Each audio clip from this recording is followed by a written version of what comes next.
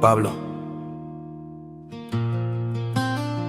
apóstol no por investidura ni mediación humana, sino por Jesucristo y por Dios Padre, que lo levantó de entre los muertos, y todos los hermanos que están conmigo, a las iglesias de Galacia.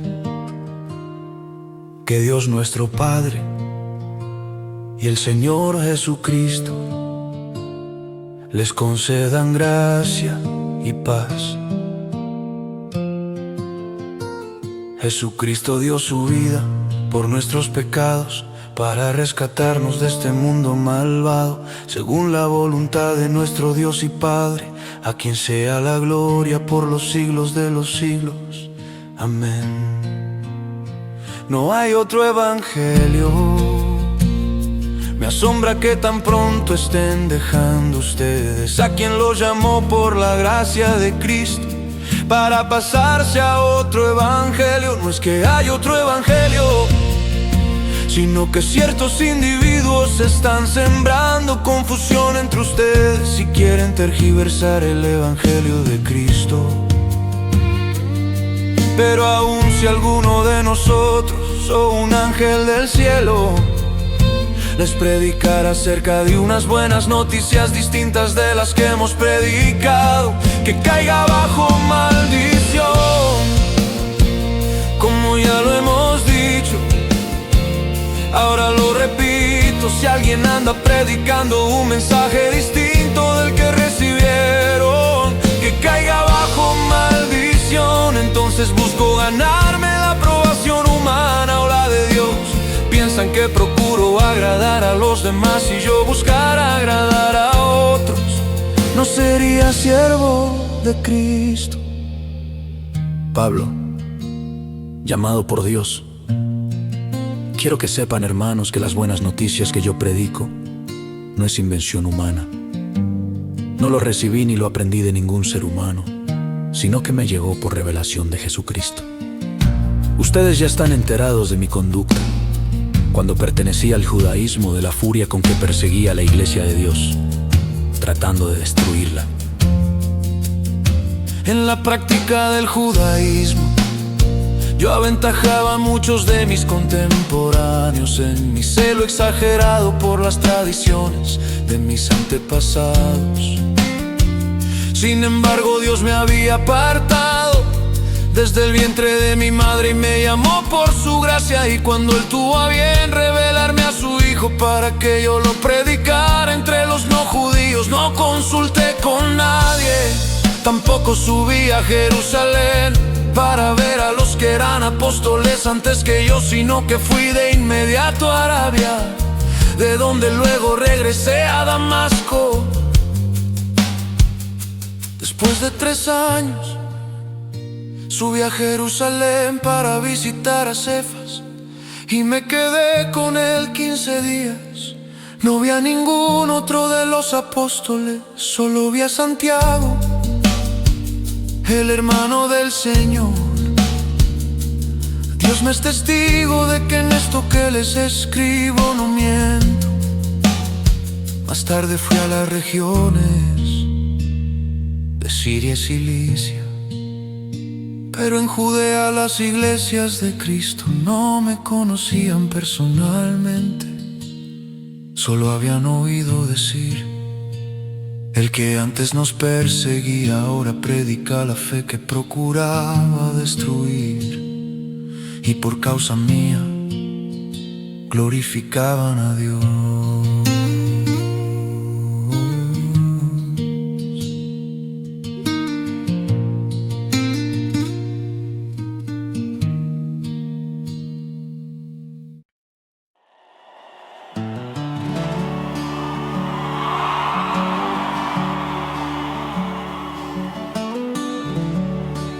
14 años después, subí de nuevo a Jerusalén, esta vez con Bernabé, llevando también a Tito. Fui en obediencia a una revelación y me reuní en privado con los que eran reconocidos como dirigentes Entonces expliqué el evangelio que predico entre los no judíos, para que todo mi esfuerzo no fuera en vano. Ahora bien, ni siquiera Tito, que me acompañaba, fue obligado a circuncidarse aunque era griego. El problema era que algunos falsos hermanos se habían infiltrado entre nosotros para coartar la libertad que tenemos en Cristo Jesús, a fin de esclavizarnos. Ni por un momento accedimos a someternos a ellos, pues queríamos que se preservara entre ustedes la verdad del evangelio. En cuanto a los que eran reconocidos como personas importantes, aunque no me interesa lo que fueran, porque Dios no juzga por las apariencias, esos tales no me impusieron nada nuevo. Al contrario, reconocieron que a mí se me había encomendado predicar el evangelio a los no judíos, de la misma manera que se le había encomendado a Pedro predicarlo a los judíos. El mismo Dios que facultó a Pedro como apóstol de los judíos, me facultó también a mí como apóstol de los no judíos.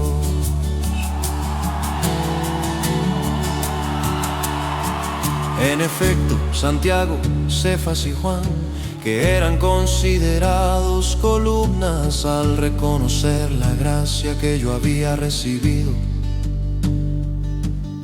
nos dieron la mano a Bernabé y a mí en señal de compañerismo, de modo que nosotros fuéramos a los no judíos y ellos a los judíos.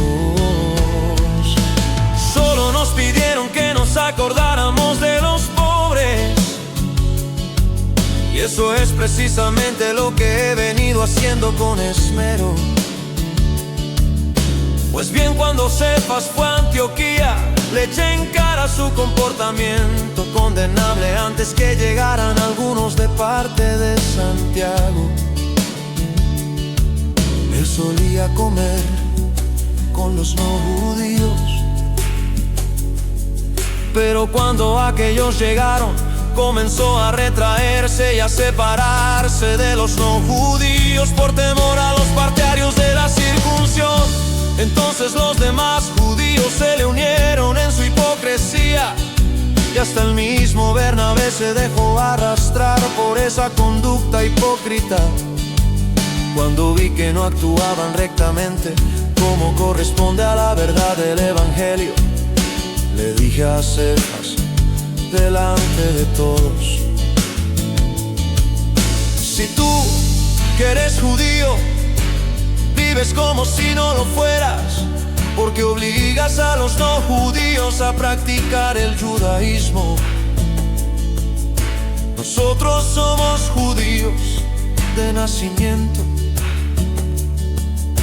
y no pecadores paganos. Sin embargo, al reconocer que nadie es justificado por las obras que demanda la ley, sino por la fe en Jesucristo, también nosotros hemos puesto nuestra fe en Cristo Jesús para ser justificados por la fe en Él y no por las obras de la ley, porque por estas nadie será justificado. Ahora bien, cuando buscamos ser justificados por Cristo, se hace evidente que nosotros mismos somos pecadores.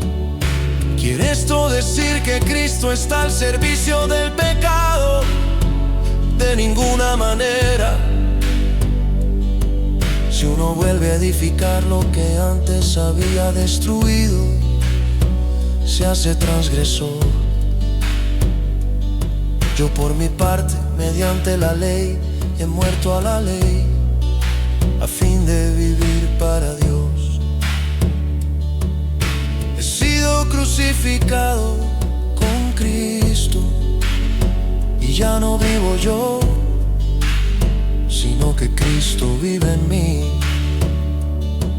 Lo que ahora vivo en el cuerpo, lo vivo por la fe en el Hijo de Dios, quien me amó y dio su vida por mí. No desecho la gracia de Dios si la justicia se obtuviera mediante la ley. Cristo habría muerto en vano.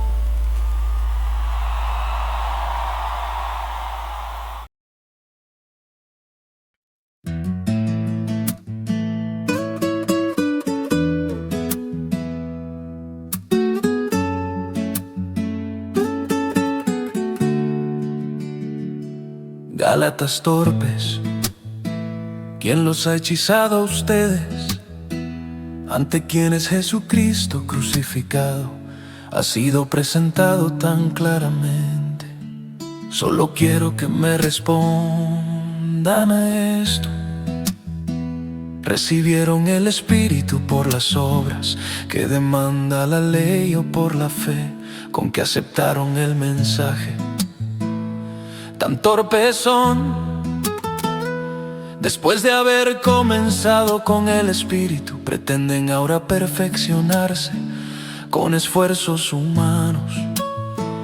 Han tenido tantas experiencias en vano, si es que de veras fue en vano.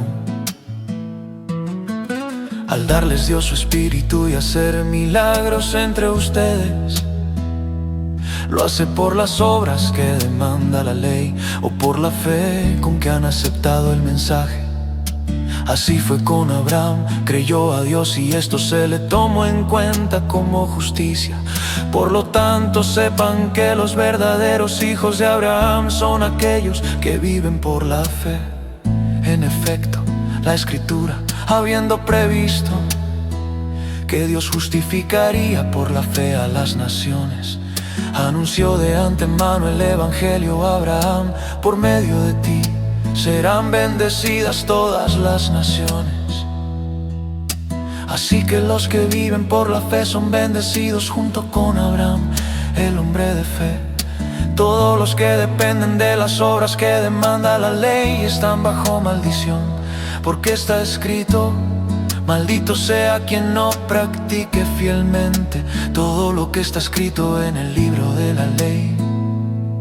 Ahora bien, es evidente que por la ley nadie es justificado delante de Dios, porque el justo vivirá por la fe. La ley no se basa en la fe, por el contrario, quien practique estas cosas vivirá por ellas. Cristo nos rescató de la maldición de la ley al hacerse maldición por nosotros, pues está escrito: maldito todo el que es colgado de un madero. Así sucedió para que, por medio de Cristo Jesús, la bendición prometida a Abraham llegara a las naciones, y para que por la fe recibiéramos el Espíritu según la promesa. Hermanos, voy a ponerles un ejemplo. Aun en el caso de un pacto humano, nadie puede anularlo ni añadirle nada una vez que ha sido ratificada. Ahora bien, las promesas se hicieron a Abraham y a su descendencia. La Escritura no dice "y a los descendientes", como refiriéndose a muchos, sino "y a tu descendencia", dando a entender uno solo, que es Cristo. Lo que quiero decir es esto: la ley que vino 430 años después no anula el pacto que Dios había ratificado previamente. De haber sido así, quedaría sin efecto la promesa. Si la herencia se basa en la ley, ya no se basa en la promesa. Pero Dios se la concedió gratuitamente a Abraham mediante una promesa. Entonces, ¿cuál era el propósito de la ley? Fue añadida por causa de las transgresiones hasta que viniera la descendencia a la cual se hizo la promesa. La ley se promulgó por medio de ángeles, por conducto de un mediador. Ahora bien, no hace falta mediador si hay una sola parte y, sin embargo, Dios es uno solo. Si esto es así, ¿estará la ley en contra de las promesas de Dios? De ninguna manera. Si se hubiera promulgado una ley capaz de dar vida, entonces sí que la justicia se basaría en la ley. Pero la Escritura declara que todo el mundo es prisionero del pecado, para que mediante la fe en Jesucristo lo prometido se les conceda a los que creen. Antes de venir esta fe, la ley nos tenía presos, encerrados hasta que la fe se revelara. Así que la ley vino a ser nuestro guía encargado de conducirnos a Cristo, para que fuéramos justificados por la fe. Pero ahora que ha llegado la fe, ya no estamos sujetos al guía. Todos ustedes son hijos de Dios mediante la fe en Cristo Jesús, porque todos los que han sido bautizados en Cristo se han revestido de Cristo. Ya no hay judío ni no judío, esclavo ni libre, hombre ni mujer, sino que todos ustedes son uno solo en Cristo Jesús. Y si ustedes pertenecen a Cristo, son la descendencia de Abraham y herederos, según la promesa.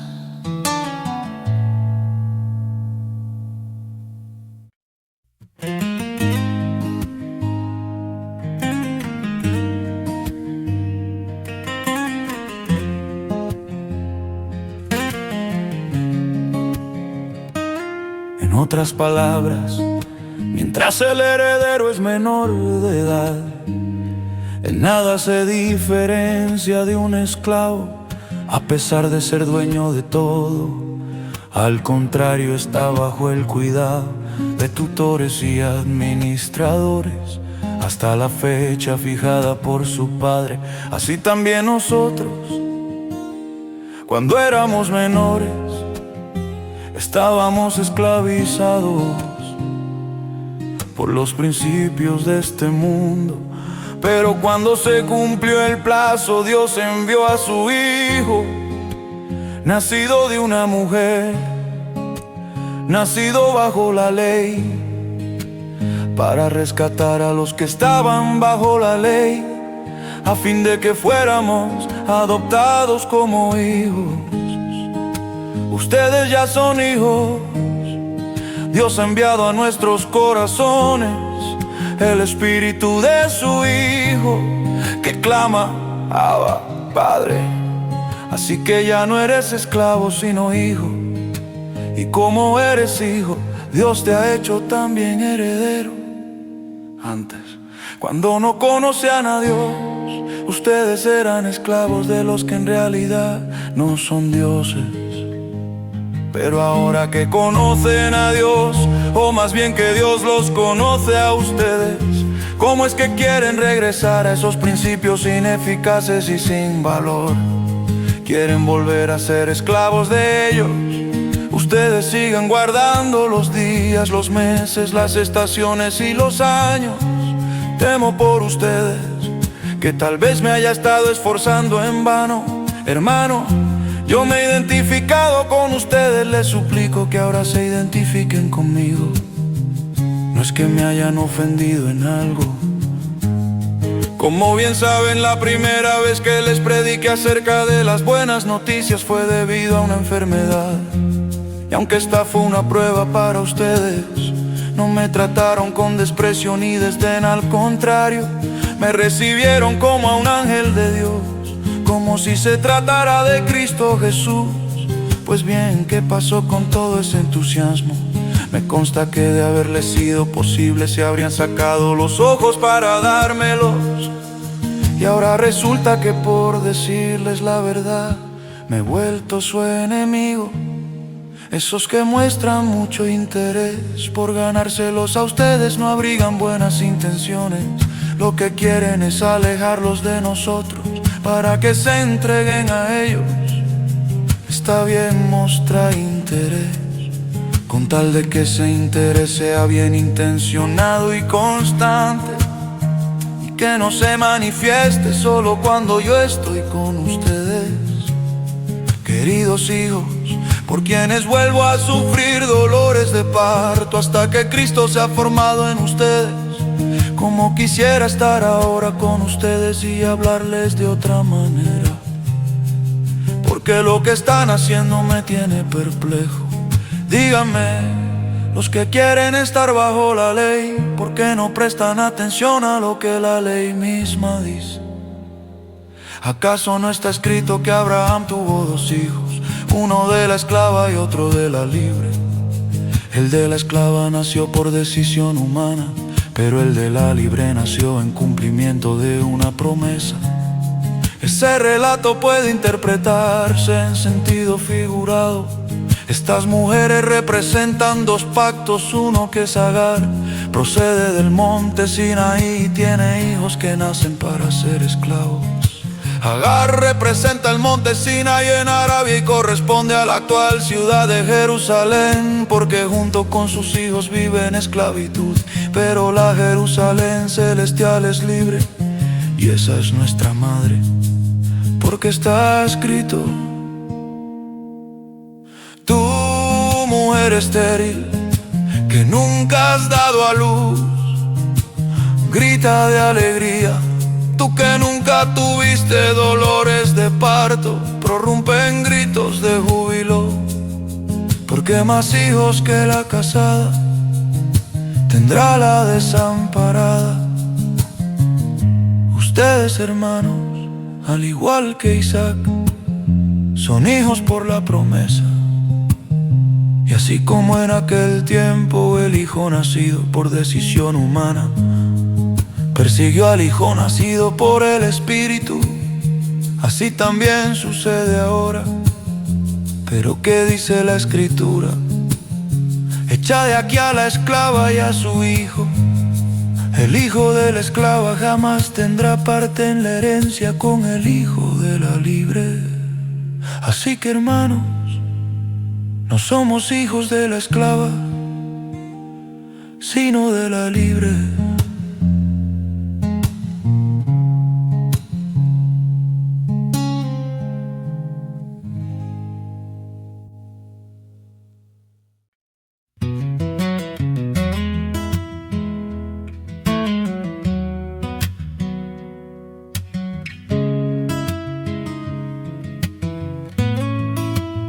Cristo nos libertó para que vivamos en libertad. Por lo tanto, manténganse firmes y no se sometan nuevamente al yugo de esclavitud. Escuchen bien, yo, Pablo, le digo que si se hacen circundar, Cristo no les servirá de nada. De nuevo declaro que todo el que se hace circundar está obligado a practicar toda la ley. Aquellos de entre ustedes que tratan de ser justificados por la ley han roto con Cristo, han caído de la gracia. Nosotros, en cambio, por obra del Espíritu y mediante la fe, aguardamos con ansia la justicia que es nuestra esperanza. En Cristo Jesús de nada sirve estar o no estar circuncidados. Lo que vale es la fe que actúa mediante el amor. Ustedes estaban corriendo bien. ¿Quién los estorbó para que dejaran de obedecer a la verdad? Tal instigación no puede venir de Dios, que es quien los ha llamado. Un poco de levadura fermenta toda la masa. Yo por mi parte tengo confianza en el Señor, de que ustedes no pensarán de otra manera. El que los está perturbando será castigado, sea quien sea. Hermanos, si es verdad que yo todavía predico la circuncisión, ¿por qué se me sigue persiguiendo? Si tal fuera mi predicación, la cruz no ofendería tanto. Ojalá que esos instigadores acabaran por mutilarse del todo. Les hablo así, hermanos, porque ustedes han sido llamados a ser libres, pero no se valgan de esa libertad para dar rienda suelta a sus pasiones. Más bien sírvanse unos a otros con amor. En efecto, toda la ley se resume en un solo mandamiento: ama a tu prójimo como a ti mismo. Pero si siguen mordiéndose y devorándose, tengan cuidado, no sea que acaben por destruirse unos a otros. Así que les digo, vivan por el Espíritu y no sigan los deseos de la carne, porque ésta desea lo que es contrario al Espíritu, y a su vez el Espíritu desea lo que es contrario a ella. Los dos se oponen entre sí, de modo que ustedes no pueden hacer lo que quieren. Pero si los guía el Espíritu, no están bajo la ley. Las obras de la carne se conocen bien: inmoralidad sexual, impureza y libertinaje, idolatría y hechicería, odio, discordia, celo, arrebatos de ira, rivalidades, desacuerdos, sectarismos y envidia, borracheras, orgías y otras cosas parecidas. Les advierto ahora, como antes lo hice, que los que practican tales cosas no heredarán el reino de Dios. En cambio, el fruto del Espíritu es amor, alegría, paz, paciencia, amabilidad, bondad, fidelidad, humildad y dominio propio. No hay ley que condene estas cosas. Los que son de Cristo Jesús han crucificado la carne con sus pasiones y deseos. Si el Espíritu nos da vida, andemos guiados por el Espíritu. No dejemos que la vanidad nos lleve a provocarnos y a envidiarnos unos a otros.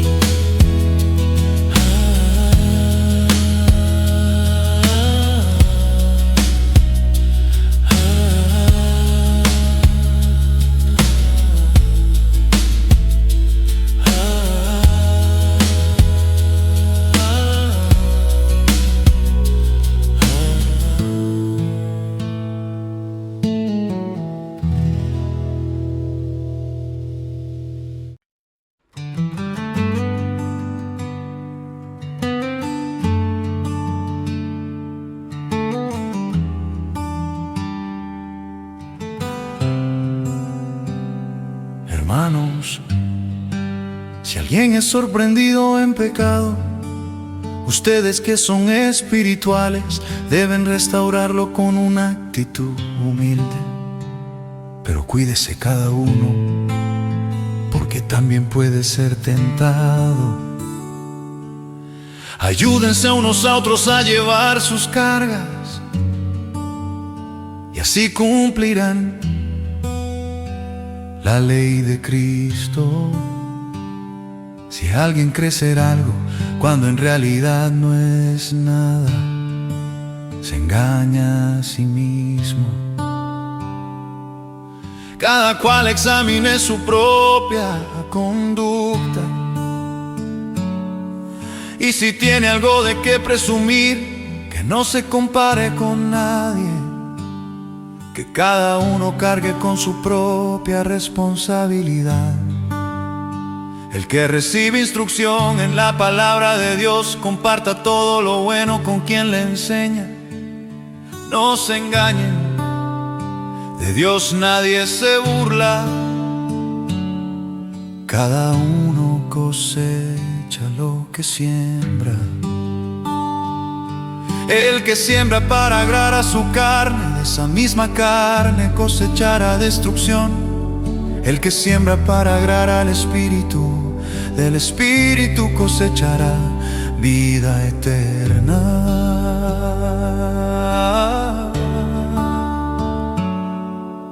No nos cansemos de hacer el bien, porque a su debido tiempo cosecharemos si no nos damos por vencidos.